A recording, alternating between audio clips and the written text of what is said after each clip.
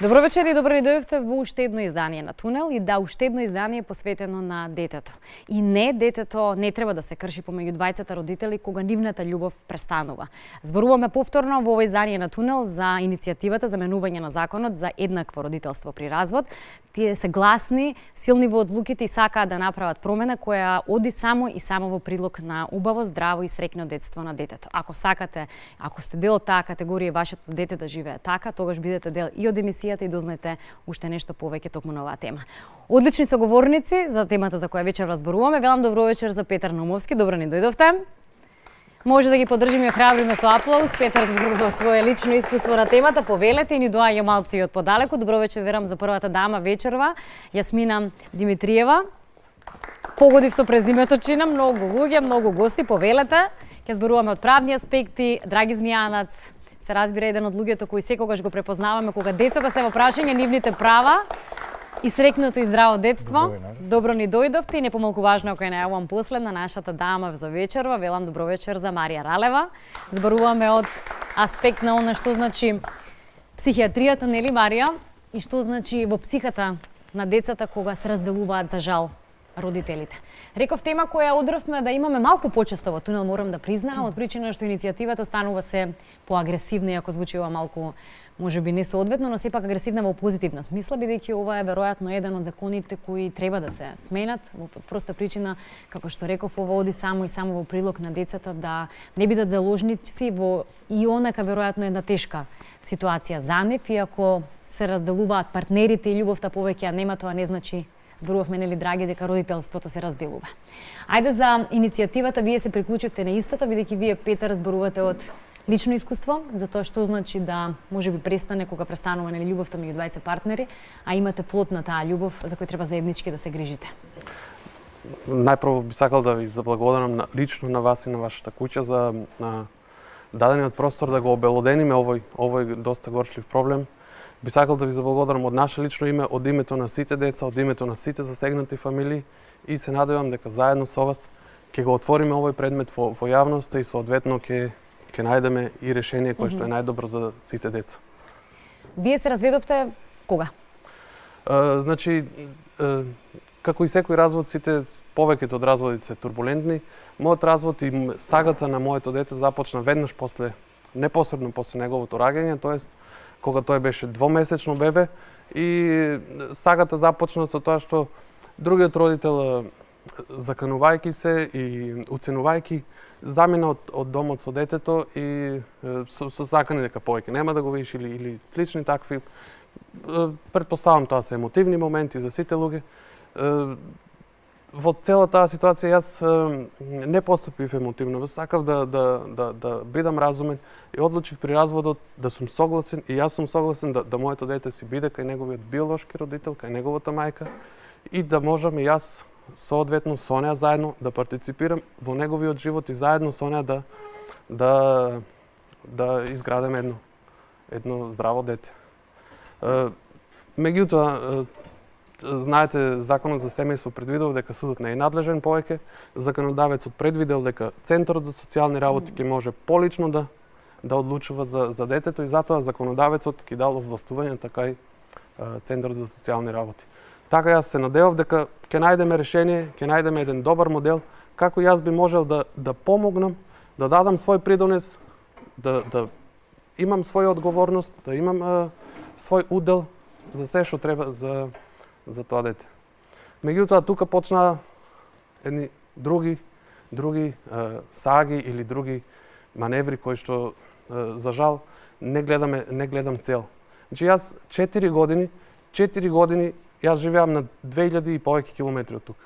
Секој месец патувам повеќе од 4000 километри, а можам детето да го видам само еден час, само во една просторија. Значи јас годишно, за да го видам детето неколку часа, ја завртувам земјаната топка неколку пати. И Се обидувате ли на почетокот да најдете разумно решение со сопругата, иако нели кога емоции се во прашање, веројатно најмалку разумот тука може да ни помогне кога се е толку можеби вжештено и е почеток нели на разделување слично, но потоа нели се смируваат страстите, па велиме да седнеме разумно како возрастни луѓе да се договориме што е најдобро за нашето дете? Јас поразумен предлог од тој не гледам да ако веќе другиот родител, јас не би сакал да ги делам родителите на мајка или татко или на еден поважен под другиот родител кој што сака да го гледа детето, окей, тој му е биолошки родител, треба и може да си го гледа. Друг родител не може да му биде толку близок и толку биолошки како што му е тој. Мојот разумен предлог беше тој да неговиот друг родител си го гледа детето, а јас му помагам со се едно нешто со кое што можам, само под услов да нема никакви конфликти, да има детето едно мирно детство, да ги има сите услови кои што ги имат и другите деца. На колка возраст е вашето дете сега? Моето дете е на 4 години и како што кажав, веќе 4 години детето ниту дошло кај мене дома, ниту сум го видел како што треба. 4 години наместо на детето да го оставиме да ги искористи барем и тој час кој што му е доделен со мене. Јас морам и во тој час да внимавам, знаете, тука и другиот родител пак тој провоцира, пак се создава една неубава слика во која што морате да избалансирате и во крајна сметка морате да бидете разумен и да го оставите детето да. Од почетокот сте дел од оваа иницијатива? Јас сум од почетокот во иницијативата. Ние сме неколку луѓе, стануваме се повеќе. Ние сметаме дека овој проблем има и мора и мора да има само институционално решение. Ние сметаме дека проблемот мора да се реши на еден разумен начин. Значи, мора да се најде еден разумен начин, да се најдат правилни прописи и ние сметаме дека решението треба да се гледа во тоа заедничко родителство од стартот, можеби нели при разделбата веројатно, значи, која ќе следи, па потоа можеби некаков договор меѓу родителите зависно од степенот на сепак атмосферата при која се случува разводот. Сега не одиме можеби со господинот Змијанац, ке зборуваме во оние детали кои пак имате од навистина дисфункционални семејства каде се јавуваат пак и други проблеми. Тука веќе тоа се нели тие треба да бидат можеби некои точки или исклучоци за кои ќе се разгледува поинако законот. Меѓутоа, онда каде што имате едноставно, повторно ќе речам, губење на смислата на заедништво или немање на љубов меѓу партнерите, по дефолт законот да вели дека е заедничко родителството со двајцата родители. Јас би коригирал заедничко, но и заедничко одговорно родителство. Така. И двајцата да се заеднички и одговорни, значи да ги имат и правата, но и должностите, затоа што детето не е само еден трофеј да припаѓа на некој. Така. Детето има потреби и треба и двајцата да учествуваат соодветно во животот на детето. Како ни е поставен законот? Како малку да е нели хаотично, ако можам така еве како лаик или лице одстрана да ги доживеам овие работи по примери од страна нели кои што се случуваат. Како што вели господинот Петар, имате една така слика која и ве збунува, кога веќе се наоѓате во сериозна животна ситуација или проблем, а повторно ќе речам децата се пред нас и треба тука да изиграме најпаметно, најумно и најразумно што можеме. Не имаме ситуација, законот доделува само на мајката, по дефолт одиме дека мајката треба да биде законскиот старател, таткото како да е само фигура која се доживува, која треба одговорностите да ги сноси, а веројатно малку се остава простор за како се чувствува, колку сака да партиципира во животот на детето. Од правна зборуваме сега гледна точка, потоа нели ќе зборуваме за психологијата и што тоа значи за овие луѓе или ако сакате прво ако се чувствувате повикани. Марија? Во ред да. Ајде повелете, вие сте доцент на правните науки, работевте во изготвувањето на нели оваа иницијатива за менување на законот за родителство. Да, компаративна анализа врз основа на меѓународните стандарди, исто така и на компаративните закони на земјите од Балканот, ЕУ и посебно скандинавските земји, бидејќи тие се предводници во однос на заедничкото родителство, кое што го спомна и Петар. Пред се, во нашиот закон, за жал, не постои таков поим како заедничко родителство. Се уште е, да кажам, сепак стариот принцип каде што предноста се дава на мајката, добро тоа нели и во зависност со годините и возраста на детето, но кога веќе ги спомнуваме меѓународните стандарди, би потенцирала дека согласно Конвенцијата за правата на детето, таму се предвидуваат видувања и со двата родитела, а постои препорака од страна на Комитетот за правата на детето за заедничко родителство. И сега се поставува прашањето која е содржината на тоа заедничко родителство, бидејќи како концепт е малку нејасен, equal parenting, кое што, например, различно и се нарекува и постојат различни термини во различни земји, па и во балканските земји. Значи, пред се содржината на заедничко родителство, во ред доколку родителите може да се спогодат, претежно така, можно е детето да биде 50% кај едниот родител, да престојува и 50% кај другиот родител, значи да има престојувалиште и кај двата родитела, но тоа не значи дека доколку само едниот родител од некој X причини, бидејќи например детето оди на школа или поради тоа што е премногу мало, а другиот родител живеете 2000 километри подалеку и слично, тоа не значи дека не може да се примени тој концепт на заедничко родителство, значи тоа зависи индивидуално од случај до случај, но сепак судот и надлежните органи во сите овие држави кои што ги спомнав води сметка сепак да се оствари тоа заедничко родителство, заедничките права и обврски во однос на видувањето на детето, обично е сега, нели во зависност од околностите, но се овозможува барем еднаш во неделата предпладне или пак секој продолжен викенд заеднички, потоа например 30 дена од распустот, потоа пола например од државните празници и слично. Значи претежно јас ја давам како давам еден пресек на тоа што ние сме го анализирали, сме го утврдиле врз основа на анализата. Потоа исто така заедничко носење на одлуки во однос на школството, во однос на некои можеби медицински зафати. Значи, сепак секој невието кога се однесува нели што ќе јаде детето, не треба да се јавуваме по телефон да се советуваме, да. Но за тие што се најклучните битни за да се изгради детето во една здрава, вистински балансирана емотивна личност, поради тоа како концепт е применлив веќе и во Скандинавија и во балканските земји, освен во Македонија. Во Македонија возможно е заедничко родителство, јас не велам дека не е возможно, го нема во законот. Но само во договор. Доколку се договорат, да. И тоа доколку едниот на крај родител се откаже од таквото заедничко родителство, мислам сосема е доброволно како тоа се применува. И кога споменавте за градење на таква здрава, емотивна, нели, силна личност, која ќе продолжи натаму во животот, веројатно играте клучна улога или улогата со вашата професија. Вие сте невропсихијатар, работите со себена терапија од клиниката за психијатрија и е особено важно, нели, тој веројатно прв контакт, особено со детето, па и со семејството, да можеби се избалансира, се смири состојбата, но вие ги давате препораките до Центарот за социјални работи, ако не се лажам? Често пати ние како стручни лица од клиниката за психијатрија учествуваме во изготвување на мислење за додела на страдателството на еден од родителите, особено кога се работи за конфликтни бракови, односно разводи кои што при кои што не може да се договорат двете страни и да се нели следат најдобрата иницијатива за детето. На детето му се потребни двајцата родители. Мислам, тука нема дилеми. Ние тоа не го измислуваме, тоа е законот на природата, едно природно право, но како се толкува и како се нарушува сето ова во односите меѓу луѓето, тоа е веќе една друга, мислам се оди во една сосем друга крајност и неверојатно е колку може да се извитоперат работите понатаму и колку може да се влијаат на децата за да тие го сменат односот кон родителите. Разводот сам по себе е тежок, една кризна ситуација.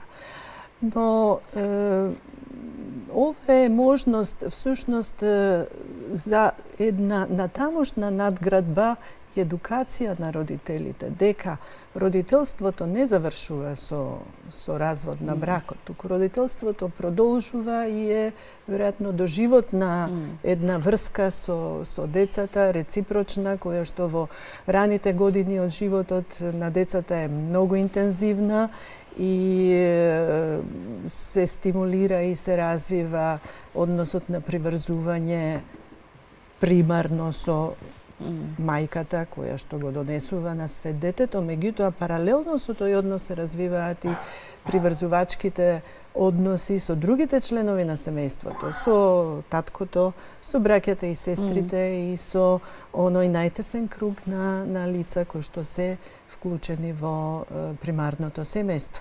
И тоа е она богатство со кое детето расте. Иако нели бракот се прекине, емоционалните врски, врските на однос и доверливост и сигурност, не можете така да ги прекинете.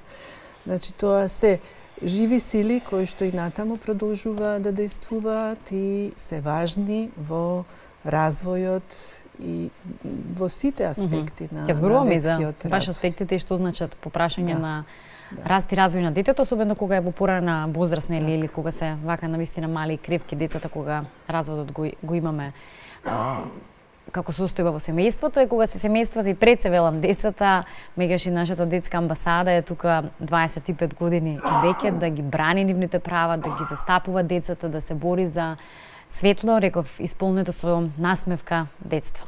Што за вас значи ова иницијатива? Кога се приклучивте? Вие постојано пратите што се случува во семејствата, дисфункционални семејства, честопати разводи кои се навистина болни, кои најмногу ги повредуваат децата во моментот. Оно што е карактеристично веќе подолго време на нашата дежурна СОС линија за деца е децата кои имаат проблеми кога нивните родители се разведуваат.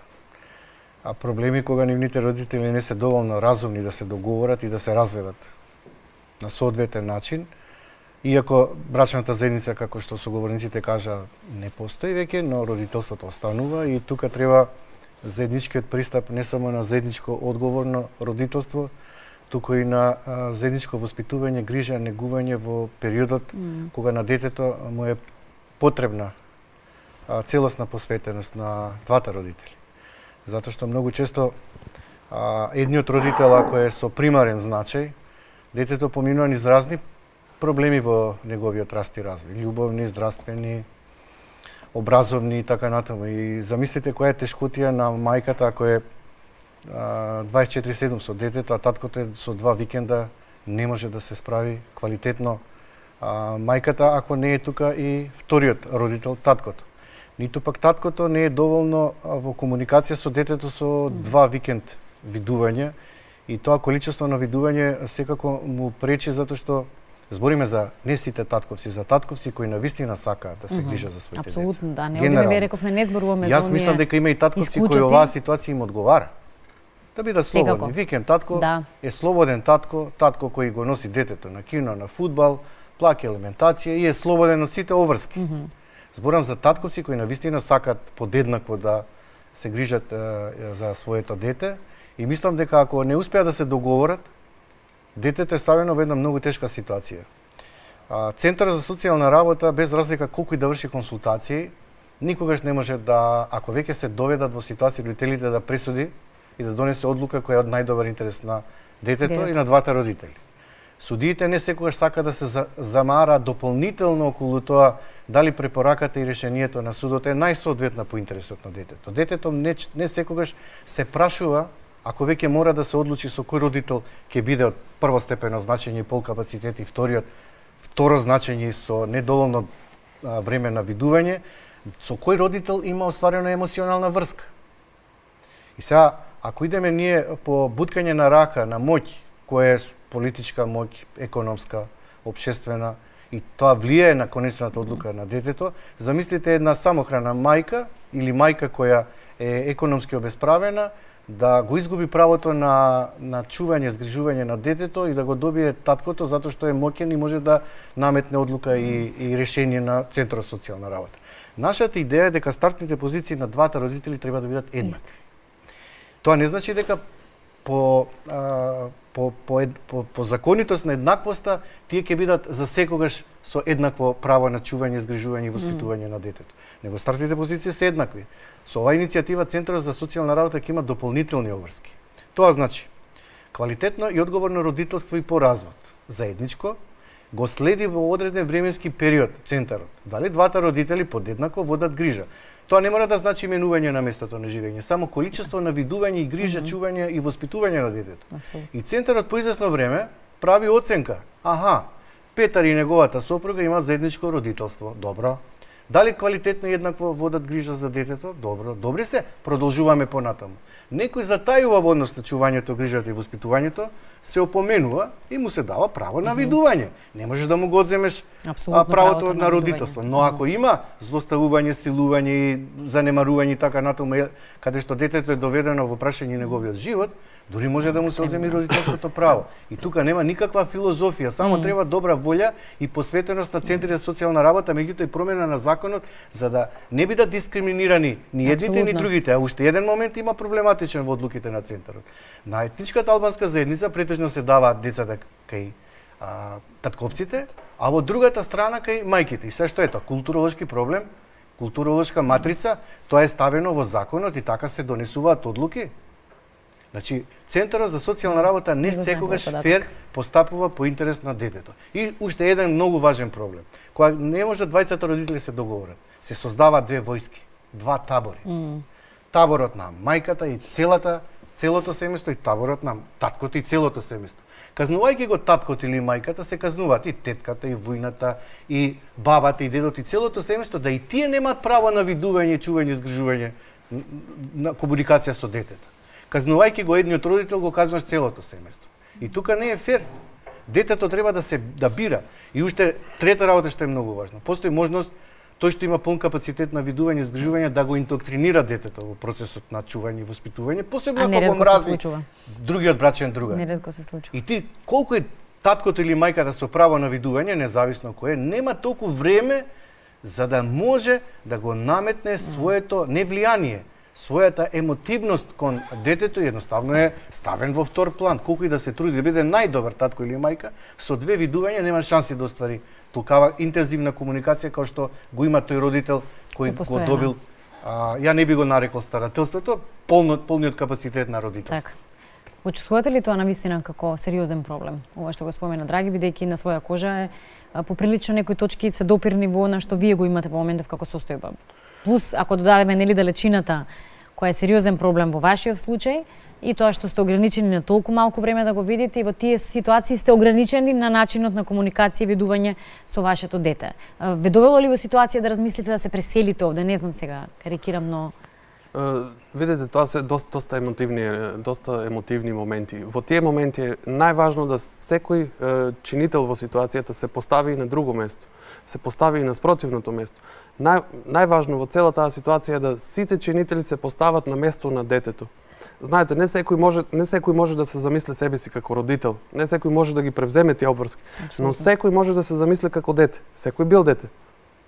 Секој може да се постави на место на дете и да се постави на место на своето дете и да одлучи дали сега треба да се откаже од родител или треба да му се ограничи другиот родител, знаете. Незамисливо е како и зошто му ограничувате на детето родител. Значи не поимливо е. Болно ли е тоа кога на крајот од денот не можете да ја воспоставите таа по природа на нештата нормална и природна релација татко и дете, син, керка? Јас повторно ќе кажам, јас според мене родител си родител, не значи дека важи правилото дека мајките се повеќе поврзани со детето, но не важи дека другиот родител не е поврзан или па дека секогаш мајката е поврзана. Според мене не е тоа правило. Можеби процентуално повеќе се поврзани родителите мајките, но според мене не е правило кое што буквално треба да го примиме како такво. Според мене секој родител си е емотивно поврзан со детето и многу поважно според мене е тоа што секое дете, барем и ние сме били деца и ние знаеме, секое дете во својот живот, во својата концепција има простор и за мајката и за таткото. Значи, посебно децата, посебно родителите кои што ги одгледуваат децата сами знаат дека детето има потреба и од другиот родител. Значи не можете вие и да сакате, не можете да му ја надополните ако ја нема, а не пак да му ја одземате. Значи, многу е важен тој аспект според мене. Многу е важно да луѓето бидат разумни. Друго нешто, јас би сакал да се осврнам на огромната потреба за измени во системот. Знаете, ние имаме еден систем од претходната декада. Но сега се наоѓаме во едно доста по-друго општество, доста по-модерно, доста општество во кое што има различни текови, различни сваќања. Веќе разводот не е табу тема. Веќе разводот е можеби секојдневие. Веќе разводот се среќава на многу често. И ние кон тој голем проблем, кон таа основен проблем, значи семејството во секој општество е една основна клетка. И ние пристапуваме кон тој огромен проблем со еден декадентен закон, со еден закон од претходните системи, кои што ниту знаеме, ниту имаме анализи како действува врз новите текови. сметам дека со таквиот декадентен закон, со таквито немање на функционални институции, сметаме дека се прави огромна штета врз луѓето и сметаме дека е итна потребата од промени во регулативата. Јас од мојот личен пример, од мојот пример, со центарот водам доста неколку управни постапки. Значи 3 пати со народниот правобранител покренуваме анализа на предметот. Покренуваме анализа, знаете, доаѓа Центарот за социјални работи, прави анализа, констатира недостатоци и до тука завршуваме. Значи системот нема финализирање на ситуацијата за да се реши проблемот. Точно така. Знаете, законодавецот му доверил доста огромно моќ на центарот. Моќ и доверба на Центарот за социјални работи. Но во овој момент, знаете, Центарот постапува како слон во сладкарница, во стакларница. И имаме едни хаотични решенија кои што се друго, но не и интерес на децата. На детето, точно. А знаете, ако родителите, не сите родители се може да се разумни. Значи, разводот е турбулентен период, но Центарот не смее да биде и тој турбулентен. Така. Центарот мора да одлучува само и единствено за доброто на детето. А доброто на детето според нас е природната констелација на предмет. Затоа оној алгоритам 50-50, тој само ги дава бројките на природата. Значи тоа е природно според нас. И според нас е многу добро и идеално и најправилно решение и во законот и пишаните правила да бидат исто како и природните. Тоест да почнеме од таа природна потреба или поделеност. Поставеност на, нели кажав дека и детето има потреба, и родителите имаат потреба. Тие не го осознаваат во моментот. Можеби ќе го осознаат многу подоцна. Но тоа треба Центарот да го направи. Каква штета им правиме на децата? Извинете, ве прекинав, но ќе се вратиме свесно, несвесно, кога нели особено разводот е во својот зачеток и што велиме е едно војно поле тука и пак ќе речем копијата се кршат само на децата. Не секој тоа може да го види или не сека да го види од родителите. Децата, како и родителите, минуваат низ кризен период во тек на родителскиот развод. Родителите често пати зафатени со својата меѓусебна борба и со своите незавршени брачни проблеми кои што обстојуваат и за време на разводот, често пати забораваат на детето.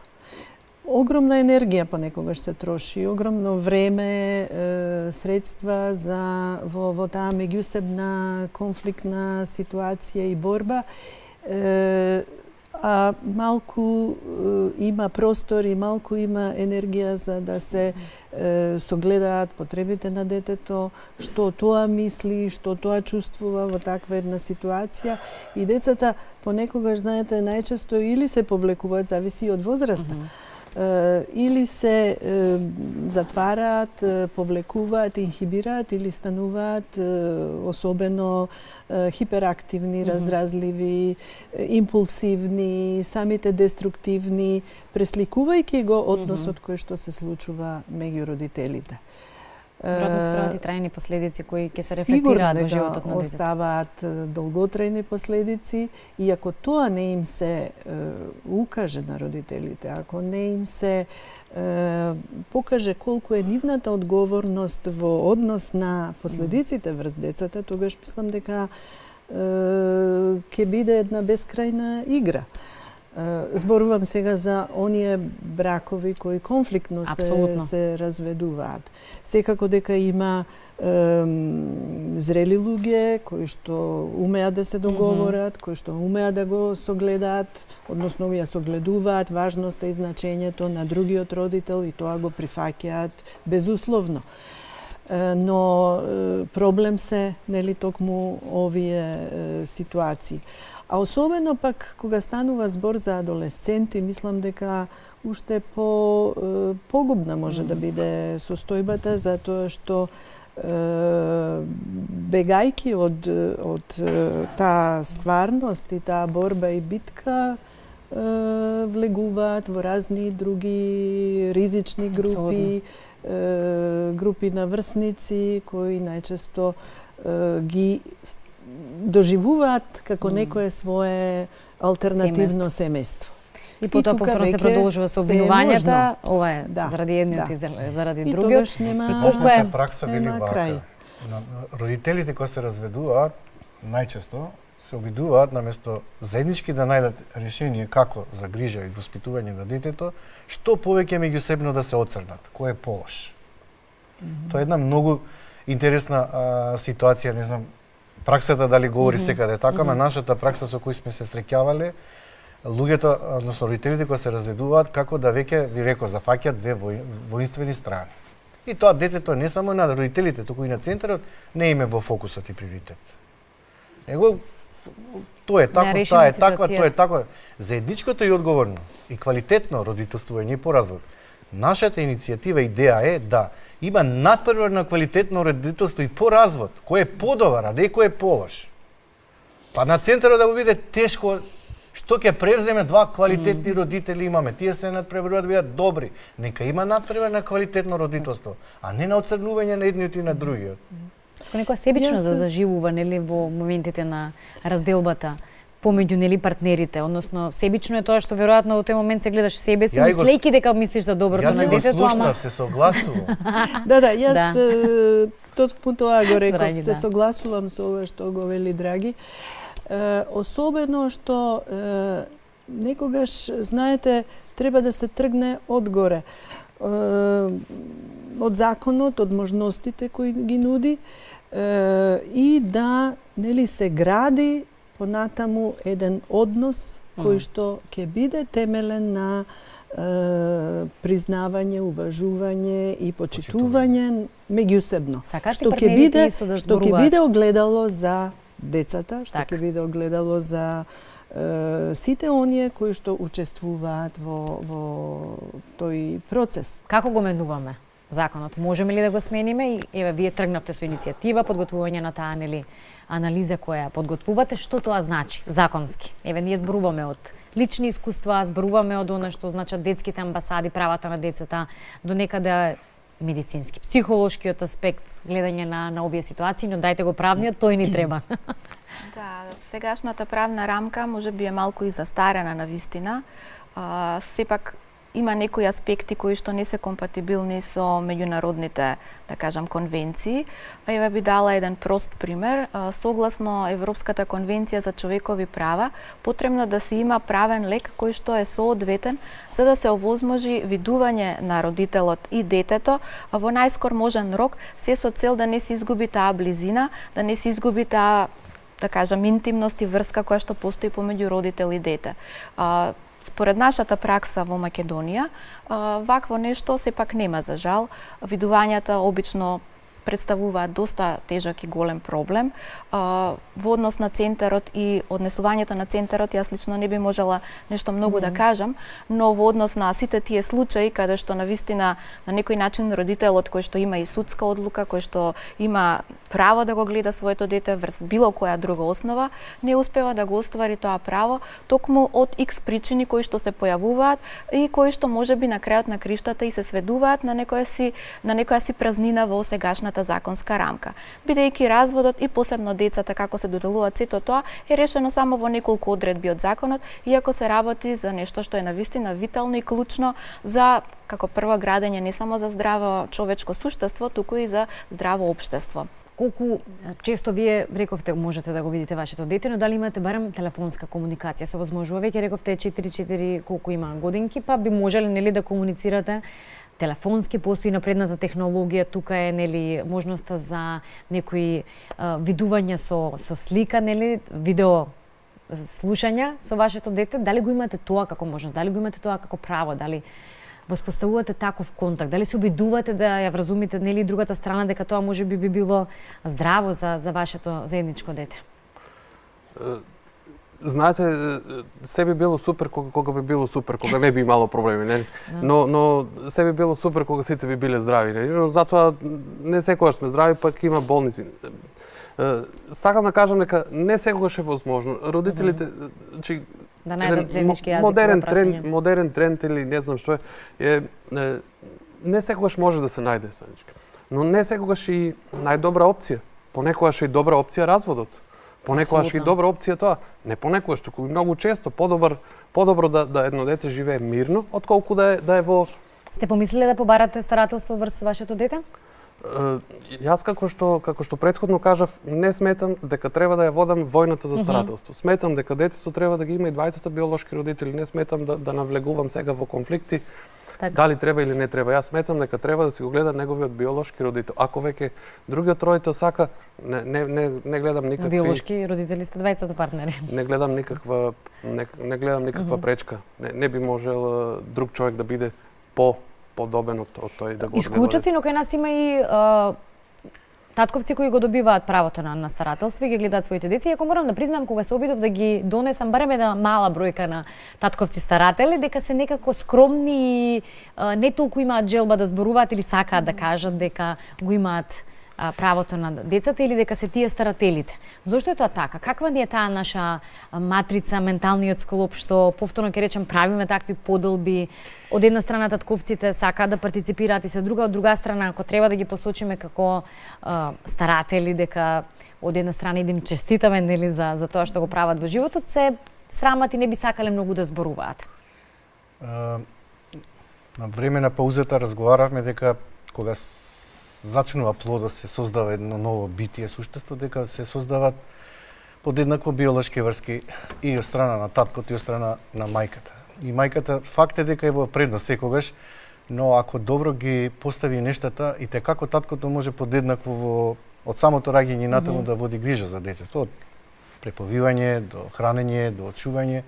И таа првична конекција е многу важна уште самиот старт да се негува и мислам дека мајката не треба толку посесивно да се однесува кон детето, туку треба заеднички двајцата родители да водат грижа. Ја мислам дека многу повеќе ќе се сплотат и ќе имаат заедништво ако на тој начин го Партиципират и продолжуваат. И тука гледам голема шанса за надминување, за одредени недоразбирање и конфликти. Децата добиваат она што родителите им го нудат, меѓутоа и самите имаат веќе една критичка обсервација на она што навистина се нивните потреби и она што се одвива во нивниот круг. И дека еден ден ќе забележат, ќе критикуваат, ќе го чувствуваат тоа како недостаток или пак самите ќе се формираат поинаку отколку што можеле развојно да се формираат, имале потенцијали и имале услови за тоа кои им сеускратени.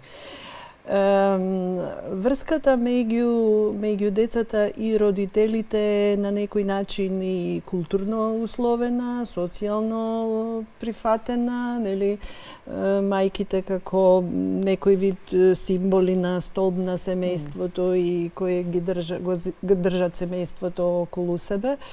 Татковците кои што се поподвижни внатре надвор, меѓутоа времињата се менуваат. Ние сите сме цел ден на работа, малку време и онака имаме со своите деца да им посветиме и уште им го одземаме, како што рече Петар, правото на она што може да го имаат. Мислам дека е тоа навистина повеќекратно ускратување на децата. И затоа би сакала да додадам дека мојата куќа, Универзитетската клиника за психијатрија даде поддршка на оваа иницијатива за промена на законот за родителство. Така што потполно сме согласни дека и ставот наше дека навистина двајцата родители треба да имаат свое место, свое значење и улога во воспитување, грижа и негување на децата и одговорност за се она што децата потем стануваат и се случува со нив во тек на развојот. Да. Убаво некако за да привршуваме, ова се неисцрпни теми, може да зборуваме многу долго. Јас би завршила некако со Петар, верувам дека брзо ќе го менуваме законот, ако сме вака гласни, ако сме вака сложни и повторно ќе речам сите сакаме и мислиме за доброто на децата. Само да не заборавам, добивме поддршка и од Народниот правобранител како институција што многу не е важно. Ова и за аплаусе, ве молам.